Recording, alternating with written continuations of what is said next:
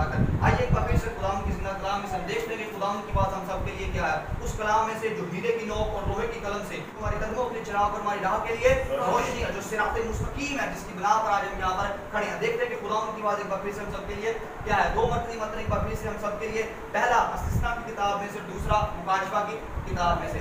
इस्तिस्ना की किताब और उसका 16वां बाब और उसकी 13वीं आयत से खुदावंद के कलाम को पढ़ेंगे। लिखा है, तो अपने खलियान और खोलू का माल जमा कर चुके तो 7 दिन तक ईद क़याम करना, और तू और तेरे बेटे बेटियां और गुलाम और लोंडियां और लावी और मुसाफिर और यतीम और बेवा जो तेरे फाटकों के अंदर हों, सब तेरी इस ईद में खुशी मनाएं। 7 दिन तक तू खुदावंद अपने खुदा के लिए उसी जगह जिसे खुदावंद चुने ईद करना, इसलिए कि खुदावंद तेरा खुदा तेरे सारे माल में और सब कामों में जिनको तू हाथ लगाए तुझको बरकत बख्शेगा, सो तू पूरी पूरी खुशी करना। आमीन।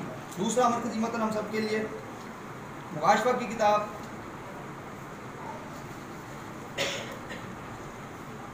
उसका 20वां बाब और उसकी 4थी आयत से खुदावंद के कलाम को फिर से पढ़ेंगे।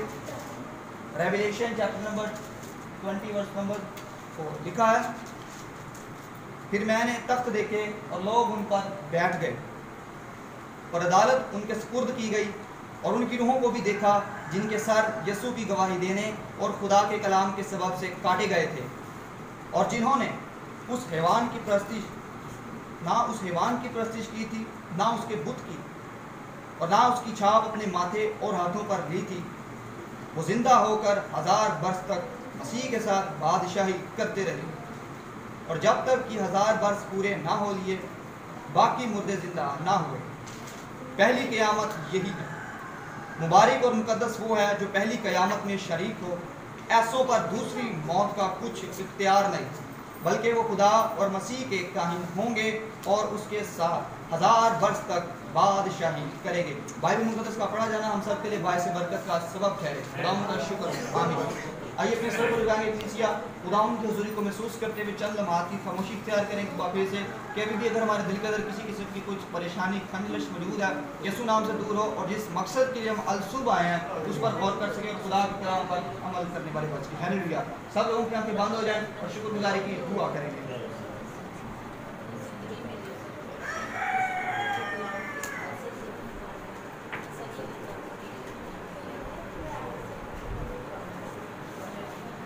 फिट करता जाए कि खुदावंद की बात, खुदावंद के वाक़यात लोगों के लिए क्या थे। दूसरा मरकजी मतलब जो पढ़ा मुकाशफा की किताब में, इसको रेवलेशन की किताब इंग्लिश में कहते हैं। मुकाशफा का मतलब है मुनकशिफ करना, जाहिर करना, किसी भेद के बारे में बताना, और खुला हुआ भेद, वो भेद जो सिर्फ हमें अपनी आंखें खोलने की जरूरत है। बाइबल मुकद्दस में जितनी शहादतें, जितनी तशबीहात, जितनी ऐसी बातें बयान की गई हैं, उन पर सिर्फ बाइबल मुकद्दस का चक्कर लगाकर गौर करना है, तो तमाम बातों का जवाब हमें मिल जाएगा। तो पहली तिलावत के अंदर हमने जाना इस्तिस्ना की किताब के अंदर खुदा ने 7वें दिन को बरकत दी, जो कि 7वां रोज़ा और ये आखिरी रोज़ा खुदावंद की अपॉइंटमेंट के साथ, जिसको ईद क़याम का नाम दिया गया। 7 दिन तक कहा गया दिन खुशी की जाए, और जब तुम अपने सारे कामों से फारिग हो जाओ तो इस ईद को सेलिब्रेट करना है। और फिर आखिर में बड़ी खूबसूरत बात लिखी है कि जिस जिस काम को तू हाथ लगाए खुदावंद तुझको बरकत बख्शेगा, सो तू पूरी पूरी खुशी करना। शर्त यह है पहले पूरी खुशी करनी है, इसके बाद खुदावंद जिस जिस काम को तू हाथ लगाएगा तुझे बरकत बख्शेगा। और उस जगह की जाए जहाँ पर खुदावंद इस जगह को चुनेगा, जहाँ पर खुदावंद की मर्जी होगी, उस जगह पर इस चीज़ को सेलिब्रेट किया जाएगा। सो बाइबल के अंदर खुदावंद ने इस ईद का ऐलान करवाया, और यरूशलेम के अंदर ये जगह मौजूद है। कहाँ कलीसिया? यरूशलेम के अंदर ये जगह मौजूद है। खुदावंद का हुक्म था कि पहला टेंपल, पहला चर्च जो सुलेमान बादशाह ने तमीर किया, सारी उम्मत के जो लोग हैं वो पूरी दुनिया से निकले, यहूदी मर्द, और आकर हैकल के अंदर हाजिर हों और वहाँ पर खुशी मनाएं। और ये था ईद क़याम का एक मकसद, और ये था एक खाका। और अब हम जानते हैं कि जो हैकल है वो मुकम्मल तौर पर मौजूद नहीं है, वो बल्कि सियासी, समाजी और जंगी मराहिल के अंदर से गुजर रही है। और जब इसराइल का वजूद आया था तो यहाँ पर जो प्रेसिडेंट ने जब साइन किए थे तो उन्होंने यहाँ पर यह कह दिया था कि एक हिस्सा हैकल का, दूसरा हिस्सा एक गैर कौमों के हिस्से को दे दिया गया है। और मुकाशफा की किताब उसके 11वें बाब के अंदर लिखा हुआ है कि मुझे आसा की मान नापने के लिए एक लकड़ी दी, कहा और उठ और खुदा के मकदस को नाप, लेकिन एक हिस्सा जिसको छोड़ दे जो गैर कौमों को दे दिया गया। तो इसका मतलब हैकल पूरे तौर पर मौजूद नहीं है। इस वजह से हम हैकल के अंदर ईद नहीं मनाते। और खुदा ने कहा तुम खुदा का मकदस और खुदा करो तुम्हारी जिंदगी के अंदर बसा हुआ, तो हम खुदा की हैकल, अब हम इस ईद को अपनी जगह पर मनाते हैं। सो इसकी वजह यह है यरूशलेम 2 हिस्सों में तकसीम है। जो हैकल है वो 2 हिस्सों के अंदर तकसीम है। एक साइड पे मस्जिद अक्सा और दूसरी साइड पे खुदा उनकी हैकल है जिसको यरूशलेम कहा गया है। तो इस वजह से ये थोड़ी सी बंदी बंदिशा और इसराइल के खिलाफ लोग इस वजह से हैं क्योंकि वो डरते हैं कि किसी वक्त इसको नुकसान ना पहुंचा दे, क्योंकि ये हमारी मजहबी इबादत गाह है। तो यहाँ पर खुदा ने बयान किया इस्तिस्ना की किताब के अंदर कि इस चीज़ को मनाया जाए। दूसरा हवाला हमने पढ़ा मुकाशफा की किताब में से, मुकाशफा की किताब में से रसूल ने रोया देखी कि जितने लोग मर गए थे जिनके सर खुदा के सुन की गवाही देने और खुदा के हुक्मों पर और उसके कलाम पर अमल करने के सबब से काटे गए थे, मर गए थे, वो दोबारा जिंदा हुए, तख्त पर बैठे और उन्होंने अदालत की, उनकी भी अदालत की गई। और फिर जब वो अपनी अदालत में से अपने टेस्ट में से पास हो जाते हैं तो वो 1000 साल बादशाही के जश्न के अंदर शरीक होते हैं और मसीह के यानी खुदा मसीह के और खुदा के काहिन कहलाएंगे और 1000 वर्ष तक उसके साथ बादशाही करेंगे। क्या आप बादशाही करना चाहते हैं? जिस तरह आपकी गर्म जोशी है, मैं ईमान रखता हूँ हम सब बादशाही करेंगे। हालेलुया। 1000 साल बादशाही का जश्न बहुत ही ज़्यादा अहमियत हम सब के लिए रखता है। सो 2 मरकजी मतलब हमने पढ़े, यहाँ पर हम एक मुफस्सल खाका बयान किया गया। सुनने में तो मुतजादम लगता है लेकिन ये हैं आपस में मुतरादिफ। एक दफ़ा का जिक्र है, 2 अशखास थे, दोनों को बहुत सारा शौक था शिकार करने का। एक खिलाड़ी था, दूसरा नाड़ी था। दोनों शिकार के घर से जंगल के अंदर जाते हैं। खिलाड़ी वाला थक गया था, वो जाके सो जाता, लेकिन जो अनाड़ी था जिसके पास तजर्बा नहीं था उसको बड़ा शौक था कि मैं फ़ौरन से शिकार करूँ और अपने दोस्त की मानी इस तरह की इज्जत हासिल करूँ। वो अपने खैमे में से बाहर झांकता तो खूबसूरत हिरन गुजर रहा था, वो उसके पीछे जाता है कि मैं इसका शिकार करूँ। भागता वो जंगल की गहराई के अंदर चल जाता है और जंगल को कोई भी नहीं जानता। उसका दोस्त उसकी टेंट के अंदर सो रहा था, वो जाता है, रास्ते में उसकी मुलाकात शेर के साथ होती है। शेर से डरकर वो अपना हथियार फेंकता है और जान बचाने के घर से भागता है। भागते भागते कुएं के पास पहुंचता है, कुएं के अंदर वो छलांग लगाता है कि मेरी जान बच जाए। 2 से 3 घंटों तक शेर बाहर दहाड़ता है। जब वक्त देखता है कि वो बाहर नहीं आ रहा, शेर वहां से चला जाता है और फिर वो निकलने की कोशिश करता है लेकिन उससे निकला नहीं जाता। वो जोर जोर से चिल्लाता कि कोई आए और मुझे बताए। जंगल भी बहुत बड़ा था, वो घने के अंदर चला गया, दोस्त भी उसका दूर था, इस वजह उसकी आवाज़ नहीं पहुंच सकी। लेकिन खूबसूरती की बात यहाँ पर ये उसकी जान बचाने के लिए यहाँ पर हमें पता लगता है कि यहाँ पर एक शख्स था जो कि अपनी भेड़े बकरियां चरा रहा था। चूंकि वो कुआं था, सूखा हुआ था, तो इस घर से उसके चारों तरफ बाढ़ लगी हुई थी घास की और ऊंट कटारों की। तो इसकी घर से उसकी जो भेड़ें थी, बकरियां थी, वहां पर मौजूद थी और वो घास वगैरह को खा रही थी, अपने पेड़ को भर रही थी। तो वो चरवाहा जाता है, उनको हकाता है कि यहाँ से हट जाओ, अब घर जाने का वक्त है, क्योंकि शाम के 3 से 4 बजने का वक्त आ चुका था, दोपहर का वक्त था। तो वो शख्स उनको इकट्ठा करता है और इकट्ठा करने के बाद जैसे जाने वाला था, कुएं के अंदर उसकी फौरन नजर पड़ती है। वो देखता है कि एक शख्स है जो हिल रहा है, वो अपने हाथ हिला रहा है, कुछ कहने की कोशिश कर रहा है। वो परेशान था, फौरन अपने गले को लेता है, घर जाता है, पास ही उनका गाँव होता है, गाँव जाता है, जाके गाँव वालों को बताता है कि मैंने इस तरह समझाता है उनको, इस तरह के शख्स को समझाने की कोशिश करता है। लोग उसके साथ एग्री होते, 4 से 5 लोग आते हैं कि आओ हम आकर इसको बचाएं। एक कमसुन बच्चा इस शख्स को देखता है, कहता है कि आओ हम चलकर उसको बचाएं। लोग आते हैं उसको बचाने के लिए, जैसे उसको बचाने के लिए पहुंचते, 2 बीच में शरारती कहते हैं कि हम इसको क्यों बचाएं, हम तो इसको जानते नहीं है, ये तो हो सकता है जासूस हो, हमारे गांव पर कब्जा करे, हमें बंदी बना सकते, तो हम इसको नहीं बचाएंगे। वो दूर खड़े होकर बातें, जिसको कहते हैं चेड़ा करना, मजाक करना शुरू कर देते हैं, ठट्ठा करना शुरू कर देते हैं, कहते हैं कि हमने इसको नहीं बचाना।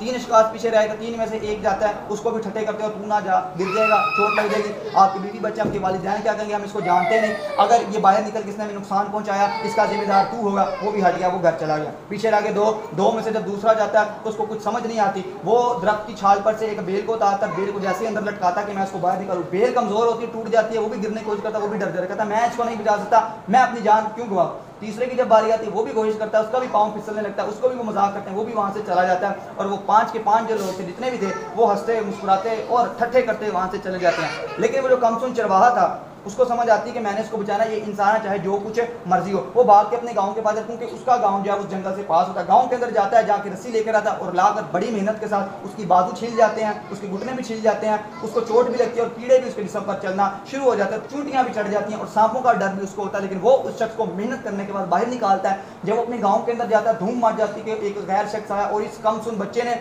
उसकी मदद की है, उसको बचाया। सारे लोग बड़े खुश होते। फिर आहिस्ता आहिस्ता ये खबर उसके दोस्त तक पहुंचती। कुछ दिनों के बाद वो भी अपने पूरे प्रोटोकॉल के साथ, अपनी पूरी टीम के साथ वहां पर आता है, आकर उनका शुक्र अदा करता है, अपने दोस्त को ले जाता है। लेकिन वो जानना चाहता है, वो परेशान था कि किस तरह ये बचाया गया।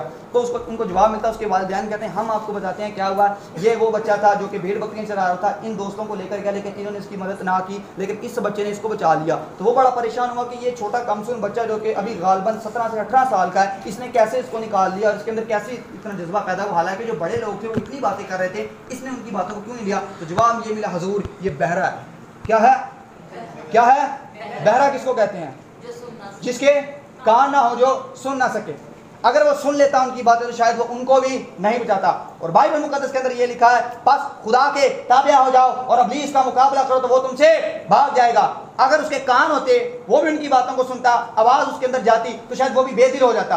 आज भी यही हाल है। जब भेड़िए बाहर से आकर चापलूसी करते हैं, कान भरते हैं लोगों के, तो जो कलीसिया है वो खराब हो जाती है। और बाइबल मुकद्दस के अंदर और एक और जिस्मानी मुहावरा भी है, ना बुरा देखो, ना बुरा सुनो और ना बुरे पर अमल करो। और आज भी यही बात है, जो तालीम दी जाती है उसी पर कायम रहे। खुदा कलाम कहता है घास सूख जाएगी, फूल कमला जाएगा, रियासतें आएंगी, तख्त उल्ट दिए जाएंगे, मौसम बदलेंगे, हालात बदलेंगे, पर खुदा का कलाम अब तक कायम रहेगा।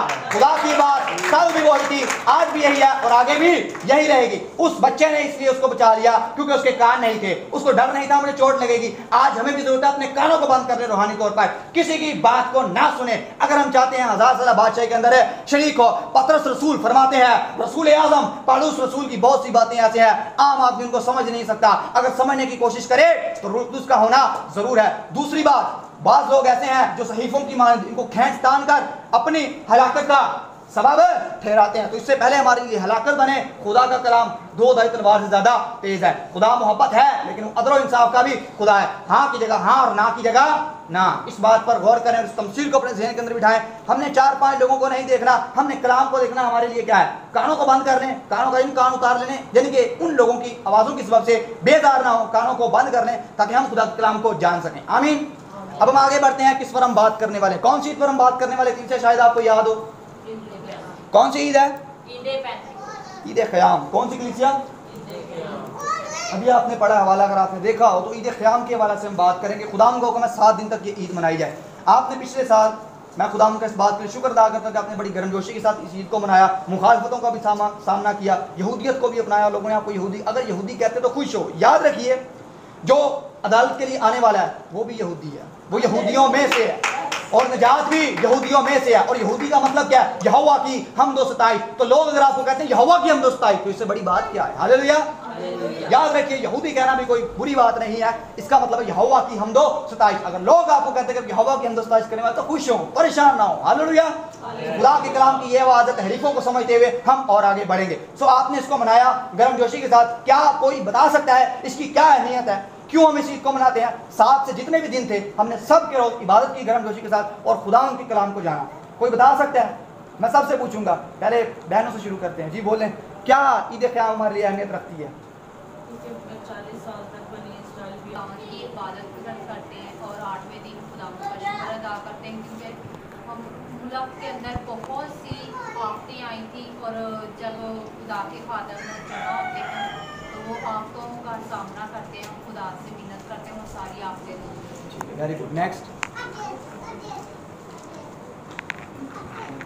हम जो बनी इसराइल पर जो मुसीबत आई हम उसको तो नहीं महसूस कर सकते, लेकिन उस लिहाज से लोग इस ईद को मनाते हैं और खाइमों में रहते हैं ताकि हम 7 दिन उस हालात का सामना कर सकें। क्या बात। नेक्स्ट भाई सागर। खुदा की और कोई बताना चाहे? वेरी गुड, बहुत अच्छा पता लगा। इसका मतलब आपके जहन हाजिर है, आपको कुछ भी पता, लेकिन मैं फिर से डिटेल के साथ, गहराई के साथ हम इसको देखेंगे। टोटल 7 ईदें हैं, 6 को हमने डिटेल के साथ जाना और ये आखिरी सेशन है। इसके बाद ईदों का जो सिलसिला है वो खत्म हो जाएगा, इसके बाद प्रैक्टिस को मनाएंगे। इसके बाद हो सकता है शायद हम कभी इस पर इस तरह डिटेल के साथ बात ना करें, एक एक ईद को सामने रखकर बाहवाला पूरी बाइबल में से कि खुदा किस तरह कलाम को जाहिर करता है। तो गौर के साथ सुनिएगा, आखिरी दफ़ा ईद क़याम का ये मैसेज आप सबके लिए होने वाला है। ईद क़याम को ईद क़याम क्यों कहते हैं? क्योंकि लफ्ज़ क़याम जो है ये खैमे की जमा है। किसकी जमा है कलीसिया? जब एक जगह टेंट हो उसको क्या कहेंगे? खैमा। और जब एक से ज़्यादा जगह खैमे हो तो उसको क्या कहेंगे? क़याम। तो इसका मतलब खैमों की ईद, झोंपड़ियों की ईद या साहिबानों की ईद। अबरानी के अंदर इस ईद को स्कौत कहते हैं और स्कौत का मतलब है साहिबान। साहिबान का मतलब भी शामियाना, यानी कि खैमों की ईद, झोंपड़ों की ईद। उस रोज़ जिस दिन लोग खैमों के अंदर रहते थे, खुदावंद की हुजूर खुशी मनाया करते थे, ये ईद कहलाती है। ये ईद कौन से नंबर पर आती है? 7 का लफ्ज़ किस चीज़ को जाहिर करता है कलीसिया? 7 का अदद। 7 का अदद किस चीज़ को जाहिर करता है? इंसान को। शाबाश। और कोई? 7 का लफ्ज़ अबरानी के मुताबिक इत्मीनान को जाहिर करता है और बाइबल की रो के मुताबिक जो है ये कामलियत का लफ्ज़ है। कौन सा लफ्ज़ है कलीसिया? कामलियत का। 6 कुर्बानियाँ इबार की किताब के अंदर, 7वीं कुर्बानी खुदा यसुम मसीह की। हफ्ते में कितने दिन है? और सबत का दिन कौन सा है? 7वां। मुकाशफा के अंदर 7 मोहरें, 7 नसींगे और 7 कहर के प्याले हैं और 7वीं ईद यही है, आखिरी ईद यही है। 7वें महीने ये मनाई जाए और 7 दिन ही ये मनाई जाए, तो ये कोई एक्सीडेंट नहीं बल्कि खुदा का प्लान है, फोर शेडो है, ये एक अक्स है जिसको खुदा ने पूरा करना है। और अब्रानियों का खत उसका 4 बाब और 9वीं आयत के अंदर लिखा हुआ है खुदा की उम्मत के लिए सबत का आराम अभी बाकी है। 7 दिन तक ये ईद मनाई जाती है। कितने दिन तक कलीसिया? 7 दिन तक ये ईद मनाई जाती थी। और 8वां दिन स्पेशल होता था जिस दिन तोरा को पढ़ा जाता, उसके 48 हिस्सों को तकसीम किया जाता और खुशी के साथ पढ़ा जाता और शादमानी की जाती थी। इसको इब्रानी के अंदर शमीनी एस्तरत के नाम से जाना जाता, जो 8वां रोज है। और इबादत करने का जो हुक्म है वो 2 दिन है। कितने दिन है कलीसिया? खुदावंद ने जो हुक्म दिया वो 2 दिन है। पहले दिन और आखिरी दिन खास तौर पर आपका मजमा हो, खुशी आपने 7 दिन करनी है, सारे दिन करनी है। अगर आप चाहें तो कर सकते हैं, लेकिन जो खुदावंद का हुक्म है, जो खुदावंद ने सबको फोर्स किया है करने के लिए, वो 2 दिन है, पहले दिन और आखिरी दिन, ताकि जब इसका आगाज हो तब भी बरकत नाजिल हो और जब आप इसका इख्तिताम करें तब भी पूरे साल खुदावंद जिस जिस चीज को तू हाथ लगाए तुझको बरकत बख्शे। तो इसलिए 2 दिन खुदावंद का हुक्म था कि इसकी इबादत को किया जाए। और ये 7वें महीने की 15वीं तारीख को ईद आती है। कौन सी तारीख को? 7वें महीने की 15वीं तारीख को 7 दिन की ये ईद है। और ये अब्रानी जो कैलेंडर है, जो बाइबल मुकद्दस का कैलेंडर है, उसका जो महीना है तिशरी का महीना। कौन सा? तिशरी का महीना, जो कि 7वां महीना है, उस वक्त ये ईद मनाई जाती थी और इसको माह एतानीम के नाम से भी जाना जाता है। तो 2 इसके नाम है, तिशरी भी इसको कहा जाता है और माह एतानीम भी इसको कहा जाता है। तो ये थी ईद क़याम, ये थी सकौत, ये था इसका अक्स और इस तरह इसको मनाया जाता था। इसकी 3 बड़ी वजूहात है जिसकी बिना पर मसीहियों के लिए और बाइबल मुकद्दस के हर उस बिलीवर के लिए जो इसको पढ़ता है, इस पर यकीन रखता है, उसको ज़रूरी है कि वो इसको माने। अब हम देख लेंगे वो 3 सी बड़ी वजूहात। पहली क्या है? पहला हवाला हमें मिलेगा ये इसराइलियों का 40 साल बियाबान जो सफ़र है उसकी हमें याद दिलाता है। दूसरा, ये आलमगीर खुशखबरी। क्या है? आलमगीर खुशखबरी है। तीसरा, हैकल का इफ्तिदा हुआ था, यानी कि हैकल की ओपनिंग की गई थी। हैकल का जब इफ्तिताह हुआ, उसकी ओपनिंग सरमी हुई, उसका भी ताल्लुक इस ईद के साथ है।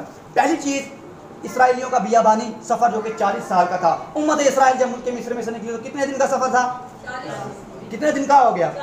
इसलिए खुदा के कलाम को छोड़ दिया। खुदा ने कहा तू मेरा पहलौठा है, लेकिन जब उन्होंने बदी की, खुदा की बात को नहीं सुना, तो अब जानते कि किस तरह वो गारत हुए। आग भी उनके लिए बरसना शुरू हो गई थी खुदा उनकी तरफ से।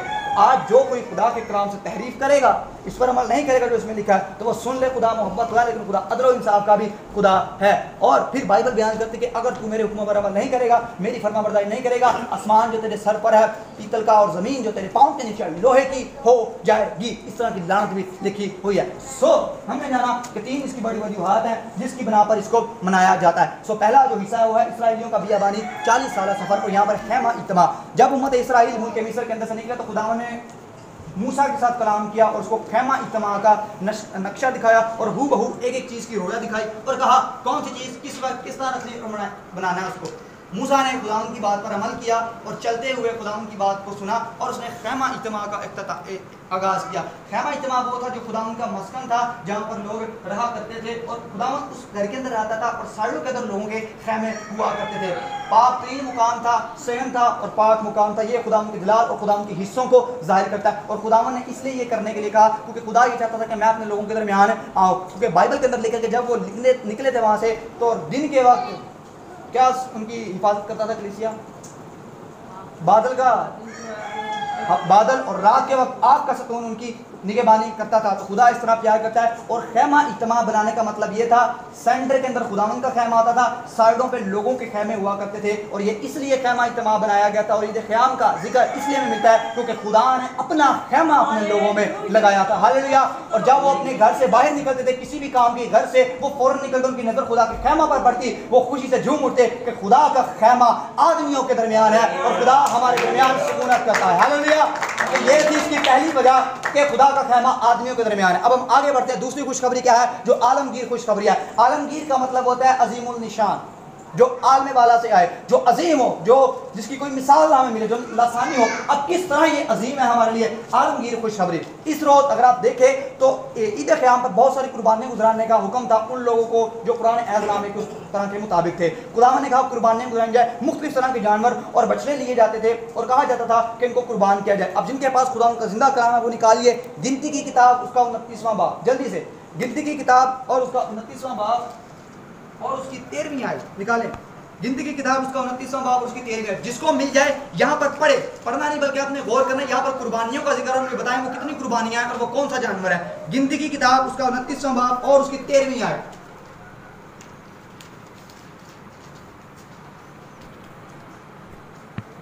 गिनती की किताब उसका 29वां बाब और उसकी 13वीं आयत।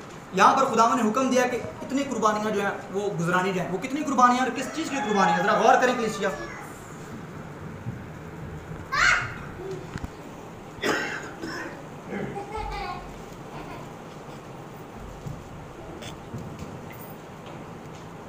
गिनती की किताब उसका 29वां बाब और उसकी 13वीं आयत, पढ़ना नहीं, सिर्फ बताना है कितनी कुर्बानियाँ यहाँ पर।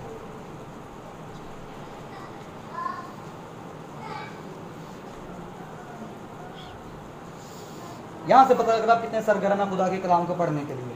आपको ऐसे मिल जाना चाहिए था वाला। गिनती की किताब स्टार्ट में एंड पे नहीं है कोई। 29वां बाब 13वीं आयत, कितनी कुर्बानियाँ? 2 मेंढे बछड़े। बछड़े कितने हैं? 2 13 है, गौर से देखें। 13 बछड़े। शाबाश। 17वीं आयत के अंदर 2 मेंढे और 14। 17वीं आयत के अंदर कितने बछड़े हैं? 17वीं आयत के अंदर 12 बछड़े मिलेंगे, लिख लें आप। 17वीं आयत के अंदर 12 बछड़े हैं। 20वीं आयत के अंदर 11 बछड़े हैं। 23वीं आयत के अंदर 10 बछड़े हैं और 26वीं आयत के अंदर 9 बछड़े हैं। 29वीं आयत के अंदर 8 और जबकि 32वीं आयत के अंदर 7 बछड़ों का जिक्र है। अब हम देखते हैं कि खुदावन ने इतनी बड़ी खुशखबरी क्यों दी कि पहले दिन 13, दूसरे दिन 12, तीसरे दिन 11, चौथे दिन 10, 5वें दिन 9, छठे दिन 8 और 7वें दिन 7 बछड़े गुजराने जाएं। पिछली 6 ईदों के अंदर कहीं पर इतनी खुशखबरी का जिक्र नहीं मिला कि इतनी कुर्बानियां चढ़ाई जाएं और इतनी खुशी खुदावन के ज़रूर मनाई जाए। अब ये इतनी ही कुर्बानियां क्यों गुजरानी, और जब इनको ऐड करते हैं, जब इनको प्लस करते हैं तो ये 70 कुर्बानियां बनती। कितनी बनती हैं कलीसिया? अब 70 कुर्बानियां क्यों? यहाँ पर भी 7 का जिक्र आ गया। खुदा 100 भी करवा सकता था, 200 भी करवा सकता था, या इससे कम भी करवा सकता। 70 ही क्यों खुदा ने कहा? इसका जवाब आपको मिलेगा पैदाइश की किताब उसका 10वां बाब, निकालिए जल्दी से पैदाइश की किताब और उसका 10वां बाब। पैदाइश की किताब उसका 10वां बाब। यहाँ पर आपको जिक्र मिलेगा कि जब नूह का तूफान खत्म हो जाता तो उसके जो बेटे बच रहे थे उनसे नस्ल जो थी वो आगे बढ़ी और वह 70 कबीले थे। कितने थे कलीसिया?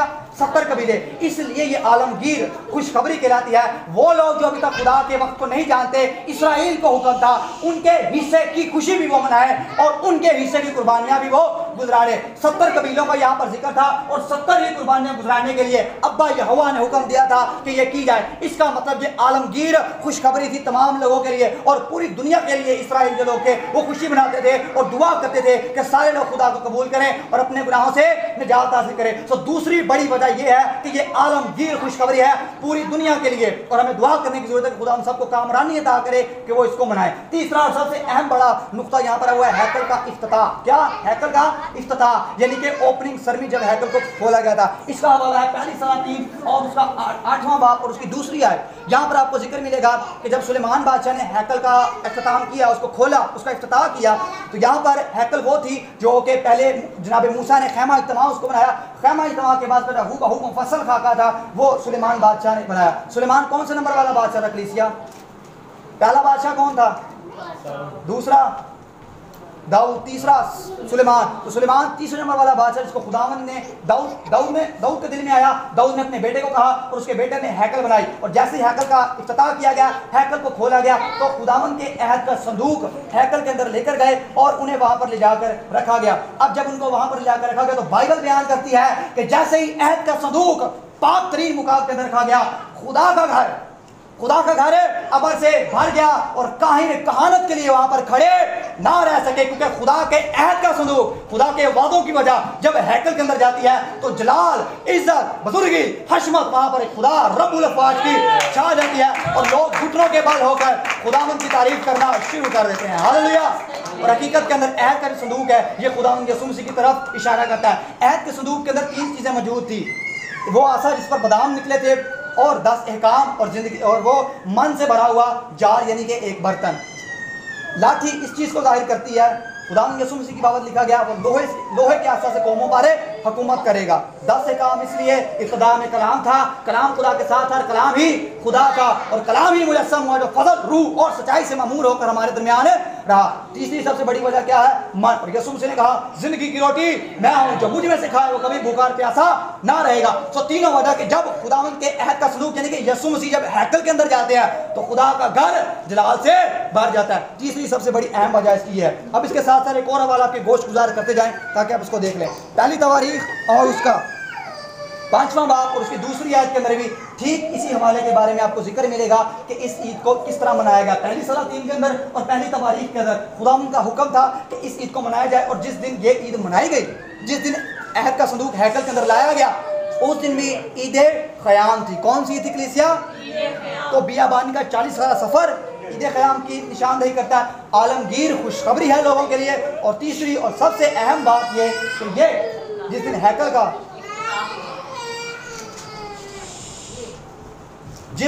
का इफ्तिताह हुआ, हैकल को खोला गया, हैकल की ओपनिंग सेरेमनी हुई थी, उस दिन भी जिस दिन अहद का संदूक लाया गया उस दिन भी ईद क़याम थी। और अहद का संदूक किसकी तरफ इशारा? खुदावंद यीशु मसीह की तरफ, यानी कि खुदावंद यीशु मसीह जब हैकल के अंदर आते हैं तो उस दिन भी ईद क़याम थी। तो ये था ईद क़याम के बारे में मुफस्सल खाका कि किस तरह इसकी फजीलत है और किस तरह इसको बयान किया जाए। अब हम देखते हैं मुकाशफा की किताब में से 20वें बाब के अंदर यहाँ पर खुदावंद ने बयान किया है कि कौन सी जो वजह है किस तरह 1000 साल बादशाह का जश्न मनाया जाए। यहाँ पर लिखा हुआ है और बाइबल मुकाशफा की किताब 20वें बाब के अंदर लिखा है, फिर मैंने एक फरिश्ता को आसमान से उतरते देखा जिसके हाथ में अथाह घड़े की कुंजी और एक बड़ी जंजीर थी।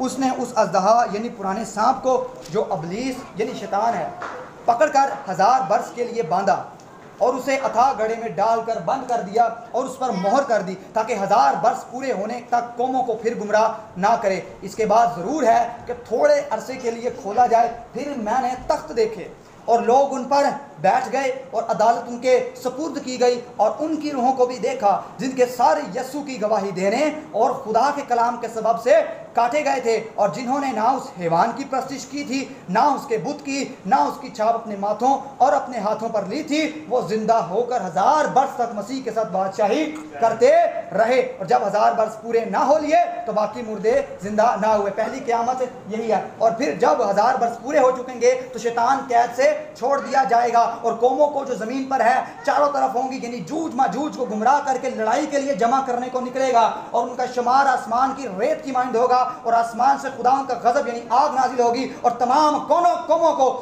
अजाब के अंदर मुब्तला किया जाएगा और वो बसम हो जाएंगे। और फिर आखिर में जो गुमराह करने वाला अबलीस आग और गंधक की झील में डाला जाएगा जहां वो हैवान और झूठा नबी भी होगा और वो रात दिन तक अब्दुल आबाद अजाब के अंदर रहेंगे। फिर मैंने एक बड़ा तख्त देखा और जो उस पर बैठा था जिसके सामने से जमीन और आसमान भाग गए और उन्हें कहीं जगह ना मिली। फिर मैंने छोटे बड़े सब मुर्दों को उस तख्त के सामने खड़े हुए देखा। किताबें खोली गई, फिर एक और किताब खोली गई यानी किताब हयात। जिस तरह उन किताबों में लिखा हुआ था उनके अमाल के मुताबिक मुर्दों का इंसाफ किया गया और समंदर ने अपने अंदर के मुर्दों को दे दिया, मौत ने और आलम अरवाह ने अपने अंदर के मुर्दों को दे दिया और उनमें से हर एक के अमाल के मुवाफिक उनका इंसाफ किया गया। फिर मौत और आलम अरवाह आग की झील में डाले गए। ये आग की झील दूसरी मौत है और जिस किसी का नाम किताब हयात में लिखा हुआ ना मिलेगा आग की झील में डाला जाएगा। तो ये मुकाशफा 20 बाब के अंदर एक वाक़या 1000 साल बादशाही का जश्न के बाद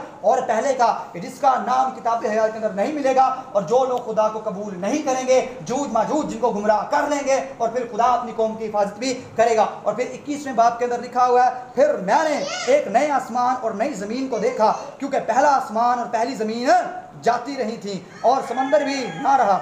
फिर मैंने शहर मुकद्दस यानी नए यरूशलेम को आसमान पर से खुदा के पास से उतरते देखा। वो उस दुल्हन की मानिद आरास्ता था जिसने अपने शोहर के लिए श्रृंगार किया हो। फिर मैंने तख्त में से किसी को बुलंद आवाज़ से ये कहते सुना कि देख खुदा का खैमा आदमियों के दरमियान है। हालेलुया। और फिर खुदा ने एक दफ़ा फिर से अपना खैमा अपने लोगों के दरमियान लगाया और आगे लिखा है वो उनके साथ सुकूनत करेगा और वो उसके लोग होंगे और खुदा आप उनके साथ रहेगा और उनका खुदा होगा। वो उनकी आंखों के सब आंसू पोंछ लेगा। इसके बाद ना मौत रहेगी, ना मातम रहेगा, ना आहो नाला, ना दर्द। पहली चीज़ें जाती रही। और वो जो तख्त पर बैठा था उसने कहा देख मैं सब चीज़ों को नया बना देता हूँ। फिर उसने कहा लिख क्योंकि ये बातें सच और बार हक हैं। फिर उसने मुझसे कहा देख मैं ही अल्फा ओमेगा अव्वल आखिर इब्तिदा और इंतहा हूँ और आब हयात का चश्मा हूँ और आब हयात के चश्मे से उसको पिलाऊंगा जो मेरी बात को सुनेगा। फिर मैंने बलूत की तरह चमकता हुआ आब हयात का एक दरिया देखा जो खुदा और बर्रा के तख्त से निकलकर उस शहर की सड़क के बीच में बहता था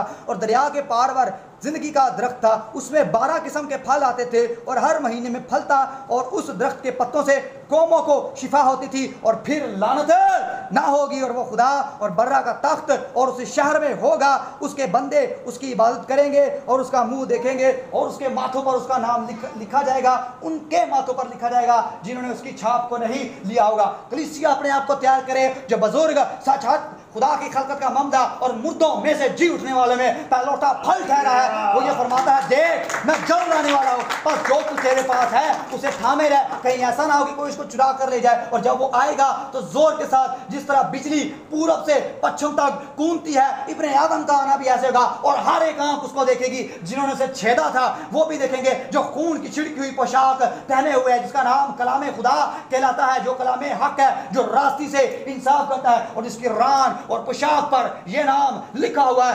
बादशाहों का बादशाह और खुदावंदों का खुदावंद। वो अपनी दुल्हन को, अपनी कलीसिया को लेने के लिए आ रहा है। तैयार करें, यह हकीकत के अंदर 1000 साल बादशाही का जश्न। और इस तरह आमीन। अब रिकैप करते हैं ताकि आपको दोहराई के तौर पर याद हो जाए। हमारी कितनी ईदें हैं टोटल कलीसिया? 7। कितनी है? 7 पक्की बात है? 3 तो नहीं है, 7 ईदें हैं। नाम बताएं। पहली, दूसरी, तीसरी, चौथी और 5वीं किसी को भी नहीं याद है। भाई जब सवाल करते तो आप इस तरह बैठे रहें, गलत मत नहीं करना, गौर से करें। सारा कुछ बताने का मतलब, इतनी मेहनत करने का यही मतलब था। अब बताओ, पहली ईद है ईद फसा। कौन सी? ईद फतीर, पहले फलों की ईद, हफ्तों की ईद, नरसिंगों की ईद, यौम कफारा और ईद क़याम। चले मेरे पीछे इसको दोहराएं ताकि आपको ये याद हो जाए। ईद फसा, ईद फतीर, पहले फलों की ईद, हफ्तों की ईद, नरसिंगों की ईद, यौम कफारा और ईद क़याम। ये है 7 ईद का खाका खुदा ने बताया। और 3 जो ऊपर मेन लिखी है, ईद फसा, हफ्तों की और ईद क़याम। इस्तिस्ना 16 और हमने 13 उसकी आयत पढ़े। इस्तिस्ना 16 पढ़े। यहाँ पर लिखा खुदा का हुक्म 3 ऐसे वक्तों, 3 ऐसे ईदें जहाँ से पूरे यहूदी मर्द जो हैं वो एक जगह आकर जमा हो। तो इस वजह से ये जो मेन जो 3 ईदें, जब हुक्म था कि सारे लोग एक जगह इकट्ठे हों, ये वो बड़ी 3 ईदें थी। ईद फसा पर क्या हुआ था कलीसिया? ईद फसा पर क्या हुआ था? ज़हनों पर जोर डालें। कितने हैं जो नोट करते हैं? नोट कौन कौन करता है? हाथ ऊपर कर सकते, कोई बात नहीं। कॉपी ओपन करें और देखें ईद फसा पर क्या हुआ था।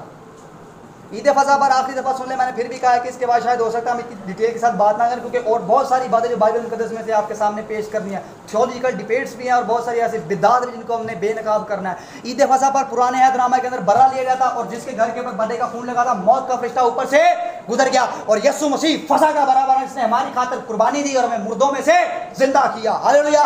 ईद फतीर वाले दिन गुनाह को अपने घरों से दूर रखा जाता था, और बाइबल की जुबान में जो खमीर है वो गुनाह को जाहिर करता है। खुदावंद यीशु मसीह की जात के अंदर गुनाह नहीं था। जिस दिन आपको कब्र के अंदर रखा गया उस दिन भी ईद फतीर ही थी। तीसरी ईद पहले फलों की ईद, जिस रोज पहले फल पेश किए जाते थे और काहिन खुशी मनाता था। मसीह मुर्दों में से जी उठने वालों में पहलौठा फल ठहरा, और लिखा है जब वो आलमे बाला पर चढ़ा तो कैदियों को साथ ले गया और उनको इनाम दिए। अगली ईद आती है हफ्तों की, जिसको शबाउत की ईद भी कहते हैं। इस रोज फसल की कटाई की जाती थी और एकाम अशरा की याद के अंदर इस ईद को मनाया जाता था, जिसका दूसरा खाका में रसूलों के माल दूसरा बाप मिलता है। ईद पेंतिकोस्त के खुदा ने हफ्तों की दिन ईद पेंतिकोस्त पर रूह कुदुस को नाजिल किया। अगली ईद नरसिंगों की ईद पर क्या हुआ था? फ्रेश है टॉपिक, ये तो भी आपने सुना था पिछले 2 हफ्ते। शाबाश, नरसिंगे फूके जाते थे। जुबली का साल था, आज़ादी मिलती थी और लोग अपने गुनाहों से तौबा करते। जिसकी कोई भी ऐसी गुनाहों से तौबा यौम कफारा का था। जिस लोगों की जो भी जायदाद जब्त होती थी वो आज़ाद होता था। और हमारा ईमान है जिस दिन नरसिंगा फूका जाएगा, इब्ने आदम कलीसिया को लेने के लिए आएगा। अगली यौम कफारा, जिसमें अपनी जानों को दुख दिया जाता था, रोजे के अंदर ठहरा जाता था। 2 बकरे लिए जाते थे, खुदावंद के सामने पेश किए जाते थे और उम्मत के गुनाहों का कफारा दिया जाता था। और इस रोज वाले दिन हमारा ईमान है कि मसीह अपनी अदालत के लिए अपने तख्त पर बैठेगा और पूछेगा, ईद फसा पर मैंने मौत का और गुनाह का खात्मा किया, तुमने यौम कफारा पर मुझे कबूल किया कि नहीं? और यौम कफारा ही पर अदालत का तख्त लगाया जाएगा। मसीह मसलूब अपनी गद्दी पर बैठेगा और हर एक के अमाल के मुवाफिक उसका अजर दिया जाएगा। ईद क़याम की बाबत, ईद क़याम पर आपने देखा 3 इसकी बड़ी वजूहात है, और इसकी सबसे बड़ी वजूहात ये कि हैकल के अंदर ले जाकर उसको रखा गया। हैकल कौन सी थी कलीसिया? यरूशलेम के अंदर। कहाँ पर थी? यरूशलेम के अंदर। और भी आपने मुकाशफा 20 बाब के अंदर पढ़ा है कि पुरानी चीजें जाती रही और आसमान से नया यरूशलेम उतरता है। जिस तरह पुराने अहदनामे के अंदर ऐद का संदूक यानी खुदावंद यीशु मसीह जब हैकल के अंदर जाते हैं तो खुदा का जलाल भर गया। इसी तरह यीशु मसीह अपना खैमा ईद क़याम पर अपने लोगों पर तानेगा और 1000 साल बादशाही हम उसके साथ मिलकर करेंगे। हालेलुया। ये है ईद क़याम की फुलफिलमेंट। इस तरह इस ईद को पूरा किया जाएगा। अब इसको याद रखिएगा और भूलिएगा मत। और अगले हफ्ते ईद पेंतिकोस्त आ रही है, अपने आप को इसके लिए तैयार करें। इस ईद पर एक खास शख्सियत की पैदाइश हुई। वो कौन है? ईद क़याम पर किसकी पैदाइश हुई थी? यूहन्ना अस्तबागी की। किसकी पैदाइश हुई थी कलीसिया ईद क़याम पर? आपने पिछले साल इतनी डिटेल से दिखा, भूल गए सारा कुछ। कलीसिया की ईद पेंतिकोस्त पर हुई थी। ईद क़याम पर किसकी पैदाइश हुई थी? जिसकी बाबत कहा गया इब्तिदा में कलाम था, कलाम खुदा के साथ था, कलाम ही खुदा था और कलाम मुजस्सम हुआ, जो फजल, रूह और सच्चाई से ममूर होकर हमारे दरमियान रहा और हमने उसका ऐसा जलाल देखा जैसा बाप के इकलौते का। जिसकी बाबत कहा गया अर्श हो या फर्श हो, तख्त हो या रियासतें, हुकूमतें हो या इख्तियारात, सब चीज़ें उसके लिए और उसके वसीला से पैदा हुई। हर एक जुबान इकरार करेगी कि यीशु मसीह ही खुदा है। इस ईद पर किसकी पैदाइश हुई कलीसिया? खुदावंद यीशु मसीह नासरी की पैदाइश हुई। और पिछले साल हमने देखा, हमने आपको बता तो दिया, आपने ईमान भी रखा, गौर भी किया, समझ भी आई, लेकिन जो महीनों का डिफरेंस था आपको उसकी समझ नहीं, आप परेशान थे कि किस तरह फॉर्मूले को सीखें। एक छोटा सा नुस्खा, छोटा सा फॉर्मूला, खुदावंद से दुआ करने के बाद हम चाहते थे कि जो बातें हमें पता है वो कलीसिया को भी पता हो। नुस्खा खुदावंद ने अपने कलाम के इल्हाम में से हमें सिखाया और अब वो आपके सुपुर्द किया जाएगा। इसको अपने जहनों के अंदर बिठाइए। अगर आपको ये समझ आ जाएगा तो जो कोई आपकी मर्जी सामने हो, ये बाइबल में से फार्मूला प्रूव होगा और आप यीशु मसीह की पैदाइश को निकाल सकेंगे।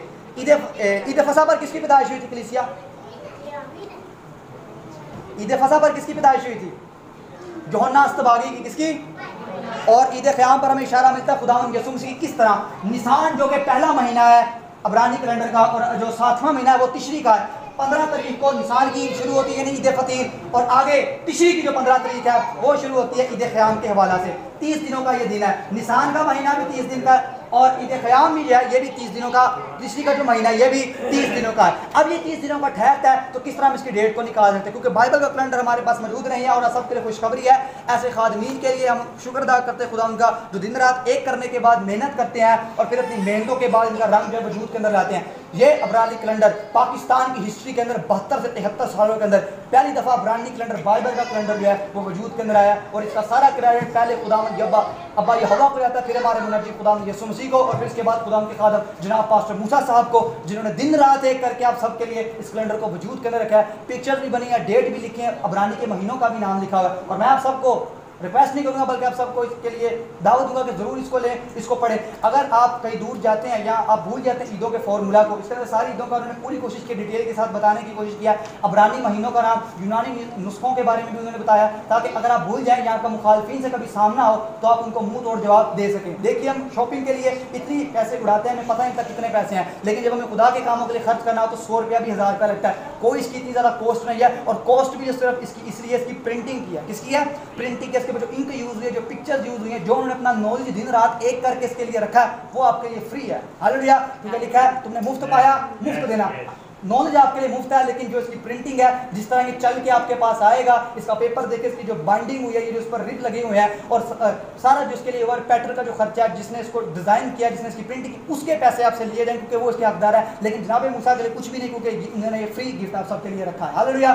सो ईद पेंतिकोस्त से पहले ज़रूर इसको ले। 250 इसकी कॉस्ट है, कुछ ज़्यादा नहीं है। और जब ये आपके पास होगा तो आप हकीकती तौर पर मसीही भी खिलाएंगे और आपके लिए बरकत भी होगा। और आपको जो ईदों के आइंदा डेट्स भी हैं वो भी नीचे मेंशन किए हुए हैं और हवाले भी साथ साथ दिए हुए हैं जो भी आपको बताए जाते हैं। बहुत सारे ऐसे वाले जो भी आपको बताए गए हैं इसके अंदर उन्होंने भी लिखे हैं, बहुत सारे ऐसे वाले हमने बाहर से भी आपको दिए हैं। सो इसको ज़रूर लें, पढ़ें और आपको पता लगेगा कि किस तरह बाइबल के महीने जो है वो वजूद के अंदर आते हैं। आमीन। अब हम देखते हैं कि किस तरह खुदावंद यीशु मसीह की जो पैदाइश है वो सामने आती है। सो ईद फसा से लेकर तिशरी के महीने यानी कि ईद क़याम के दरमियान 5 महीनों का डिफरेंस आता है। कितने महीनों का? 5। अबरानी का जो दूसरा महीना वो पहला है निसान, दूसरा अयाद, तीसरा सिवान, चौथा तमूज, 5वां आब और छठा एलवर और 7वां जो है वो तिशरी का महीना है। अब नहायत संजीदगी, नहायत आराम के रहने को यहीं से आप मार खा जाते हैं। पहले महीने की 15 तारीख को ईद फतीर शुरू होती है, 15 से लेकर तिशरी की 15 तक आप हिसाब लगाएं तो दरमियान में 5 महीने आते हैं। कितने कलीसिया? और 5 महीने नीचे आपके सामने लिखे हुए हैं और 15 दिन इस महीने से हमारे कैलेंडर के मुताबिक और 15 दिन वहाँ से, ये सामने नीचे लिखा है, इसको गौर से देखें। 15-30 दिन का ये महीना तिशरी का है और 30 दिन का निसान का महीना है। 15 कितने हो गए? 30। तो एक महीना ये बन गया, 5 महीने ये और 6 महीना ये। और खुदावंद यीशु मसीह लूका रसूल की इंजील के अंदर लिखा है कि खुदावंद यीशु मसीह से 6 माह पहले किसकी पैदाइश हुई थी? यूहन्ना अस्तबागी की। ईद फसह पर पैदाइश होती है यूहन्ना अस्तबागी की और ठीक 6 माह के बाद किसकी पैदाइश होती है? खुदावंद यीशु मसीह नासरी की ईद क़याम पर। क्योंकि खुदा ने अपना खैमा अपने लोगों में आकर लगाया और उनके गुनाहों से उनको निजात बख्शी। हालेलुया। तो इसको याद रखें। एक और नुस्खा यूहन्ना रसूल की इंजील उसका पहला बाब उसकी 14वीं आयत निकालिए। यहाँ पर लिखा हुआ है और कलाम मुजस्सम हुआ जो फजल और सच्चाई से मामूर होकर हमारे दरमियान रहा और हमने उसका ऐसा जलाल देखा जैसा बाप के इकलौते का जलाल था। अब ये बड़ा ऑथेंटिक हवाला है, इसमें से भी आप निकाल सकते हैं ताकि आप बाइबल मुकद्दस के अंदर से उस सदाकत को जान सकें। खैर पहला बाब उसकी 14वीं आयत के अंदर लिखा हुआ है और कलाम मुजस्सम हुआ जो फजल और सच्चाई से मामूर होकर हमारे दरमियान रहा। यूनानी नुस्खे के मुताबिक, चलिए यूनानी नुस्खा हमारे पास मौजूद नहीं, इंग्लिश बाइबल तो सबके पास मौजूद है। आपके हाथों में जो गैजेट मौजूद है मोबाइल, आप इस पर डाउनलोड कर सकते हैं इंग्लिश की बाइबल, उस पर जाकर जरूर देखिएगा। न्यू किंग जेम्स वर्जन के अंदर का जो तर्जमा हुआ वो हुआ and the word was made flesh and dwelt among us, यानी कि कलाम मुजस्सम हुआ और हमारे दरमियान रहा। एक लफ्ज़ यहाँ पर आया है डिवेल्ट। डिवेल्ट का मतलब होता है सुकून करना, किसी के साथ रहना, किसी के पास आ जाना। ये इंग्लिश के अंदर जो लफ्ज़ है वो इस्तेमाल हुआ डिवेल्ट। और खुशी की बात यह है अबरानी के अंदर, यूनानी के अंदर डिवेल्ट के लिए जो लफ्ज़ इस्तेमाल हुआ वो है स्कीनो। क्या लफ्ज़ है कलीसिया? स्कीनो। और कामूसुल किताब के अंदर तजस्सुमुल मसीह का जो मजमून है वहाँ पर भी इसका जिक्र हमें मिलता है कि स्कीनो का जो लफ्ज़ है वो इस्तेमाल हुआ है। और फिर अगर आप बाइबल मुकद्दस की ऑफिशियल वेबसाइट पर जाएं, गूगल के ऊपर आप लिखें स्कीनो लिखें तो आपको पता लगेगा कि इसका मतलब क्या है। स्कीनो का जो स्ट्रॉन्ग कंकॉर्डेंस के मुताबिक जो तर्जमा उसका जो नंबर है वो है 46 और 36। यूनानी नंबरों को और अबरानी हरफों को जानने के लिए इसके नंबर जो है मकसूद गूगल पर जाएं, जाकर इस नंबर को लिखें और इस लफ्ज़ को स्कीनो को लिखें, आपको पता लगेगा इसका क्या मतलब है। और खुशी की बात ये अबरानी में इसका जो लफ्ज़ इस्तेमाल हुआ है शकीना। शकीना का मतलब है खैमा यानी कि शामियाना। तो इसका मतलब डिवेल्ट का मतलब हुआ स्कीनो, स्कीनो का मतलब हुआ शकीना और शकीना का क्या मतलब है? खैमा। अब हम उसको तर्जमे के साथ पढ़ते हैं। तर्जमा इसका ये बनेगा और कलाम मुजस्सम हुआ और हमारे दरमियान खैमा लगाया। और किसका खैमा? मौला आलमीन खुदा यीशु मसीह नासरी का। इसलिए जब आपकी पैदाइश हुई तो आपको एक अस्तबल यानी चरनी के अंदर रखा गया और वो भी खैमे नुमा जगह थी, वहां पर भी वो सारी चीजें मौजूद थी जिनका खाका में खरूज अहबार गिनती और इस्तिस्ना की किताब के अंदर मिलता है। आमीन। तो ये दूसरी बड़ी वजह है जिससे साबित होता है कि यीशु मसीह की पैदाइश इस पर हुई ना कि 25 दिसंबर को। और मैं चैलेंज करता हूँ सबको जो सुन रहे हैं, बाद में आप भी सुन लें, जिस दिन ये सारे लोग नुस्खों के साथ अबरानी, यूनानी, अरामी और लातीनी को सामने रखकर बाइबल मुकद्दस को पढ़ना शुरू कर देंगे, मेरा चैलेंज है कि 25 दिसंबर को छोड़ देंगे, क्योंकि जो उसका मुफस्सल खाका में वहाँ पर मिलता है। अब इसका मतलब ये नहीं जो बाइबल हमारे हाथों के अंदर ये तहरीफ है या इसमें कुछ चेंज नहीं, जो हमारे उलमा थे उन्होंने हमारी आसानी के लिए लिखा। अब ये आयत अगर इस तरह लिखी जाती और कलाम मुजस्सम हुआ और हमारे दरमियान खैमा लगाया तो आम बंदा सोचता रहता ये आयत का मतलब क्या है। तो इस वजह से उन्होंने आसानी के लिए जो लफ्ज़ इस्तेमाल किया वो है सकूनत करना। क्या कलीसिया? सकूनत करना। और सकूनत के जो लफ्ज़ इस्तेमाल हुआ वो क्या है? सकीनो। और सकीनो का क्या मतलब है? खैमा। तो इसलिए हमारी आसानी के लिए बहुत सारे ऐसे अल्फाज हैं जिनके लिए आसान आयदगी जो है वो इस्तेमाल की गई है ताकि जो काराइन है वो इसको समझ सके। अब हम आगे जाते देखते हैं कि इस ईद को खुदा यीशु मसीह ने भी मनाया। यूहन्ना रसूल की इंजील उसका 7वां बाब और उसकी पहली आयत आप पढ़ेंगे तो यहाँ पर आपको पता लगेगा खुदा यीशु मसीह ने भी इस ईद को मनाया। अब चाहे उन्होंने छुपकर मनाया, सरेआम मनाया, हमें इससे कुछ गर्ज नहीं, हमें बस ये हुक्म मिलता है कि उन्होंने इस ईद को मनाया। अब जब यीशु मसीह खुद अपने बाप की मर्जी को पूरा करके इसको मनाते हैं तो हम कौन होते हैं कहने वाले कि वो छुप के मना रहा था, वो डर के मना रहा था? मनाई तो थी उसने, अब वो जैसे मर्जी मनाए, लेकिन उसने ये नहीं कहा कि मैं नहीं मनाऊंगा। हाँ, अगर ये कहा जाता कि मैंने ईद नहीं मनानी तब हम कह सकते कि हमने नहीं मनानी। और आखिर में आपकी एक बात बताता चलूँ आपको, इतनी सारी मेहनत के बाद बताने के बाद अगर फिर भी भेड़िए फाड़ने के लिए आए और आप जानबूझकर उनके सामने जाएं, वो आपको घसीट कर ले जाए जिस तरह नहलाई हुई सूरली दलदल के अंदर कुत्ता अपनी तह की तरफ जाता है, इसका जवाब जिक्रिया उसका 14वां बाब और 16वीं आयत के अंदर लिखा। निकालिए जल्दी से, यहाँ पर लिखा हुआ है और यरूशलेम में से लड़ने वाली कौमों में से जो बच रहेंगी साल ब साल बादशाह यहोवा रब्बुल अफ़वाज को सजदा करने और ईद क़याम मनाने को आएंगी और दुनिया के उन तमाम कबाइल पर जो बादशाह रब्बुल अफ़वाज के हुज़ूर सजदा करने और यरूशलेम में ना आएंगी मींह ना बरसेगा। अगर कबाइल मिस्र जिन पर बारिश नहीं होती ना आएंगे तो उन पर वही अजाब नाजिल होगा जिनको खुदावन उन गैर कौमों पर नाजिल करेगा जिनका जो ईद क़याम मनाने को ना आएंगी। और अहले मिस्र और उन सब कौमों को जो ईद क़याम मनाने को ना आएंगी यही सदा होगी। अब तैयार रहें, अजाब लेना है, मिस्रियों वाले 10 आफतें लेनी है या वो बात सुननी है तो 7 दिन तक मना, तो जिस चीज़ को तू हाथ लगाएगा मैं तुझे बरकत बख्शूंगा। हम सब के सामने ये सवाल का निशान है, लेकिन हमारा ईमान है कि हम इसको मनाएंगे। मुखालिफिन के लिए भी ये जवाब है कि सुन ले, जिस दिन आप इनको बाइबल को पूरे अथेंटिसिटी के साथ पढ़ेंगे आपको उसका जवाब मिल जाएगा। स्वाइन कलीसिया इस बात पर गौर करें, खुदावंद हम सब के साथ कलाम करता है, खुदावंद के साथ मुआहदा बांधे ईदों के जरिए से, ईद फसा के जरिया से, ईद फतीर के जरिया से, पहले फलों की ईद के जरिया से, हफ्तों की ईद के जरिया से, नरसिंगों की ईद के जरिया से, योम कफारा के जरिए से और ईद क़याम के जरिए से खुदावंद के साथ जो हमारा बंधन टूट चुका है उसको मिलाएं। खुदावंद के साथ शेक हैंड करें, उसके साथ मिलें, उसको अपने अंदर जगह दें और कहें कि तू आ मेरे अंदर रह, और खुदावंद यीशु मसीह को कबूल करें। आसमान के तले ज़मीन के ऊपर आदमियों में से किसी और को कोई दूसरा नाम नहीं बख्शा गया, एक ही नाम है, वो नाम यीशु नाम है, जिसके वसीला से निजात है। आए कलीसिया इस बात पर गौर करें, खुदावंद यीशु मसीह को कबूल करें, इन बातों से बाहर निकलें, क्योंकि खुदा चाहता है कि मेरे लोग पाक हों जिस तरह मैं भी पाक हूँ। आमीन।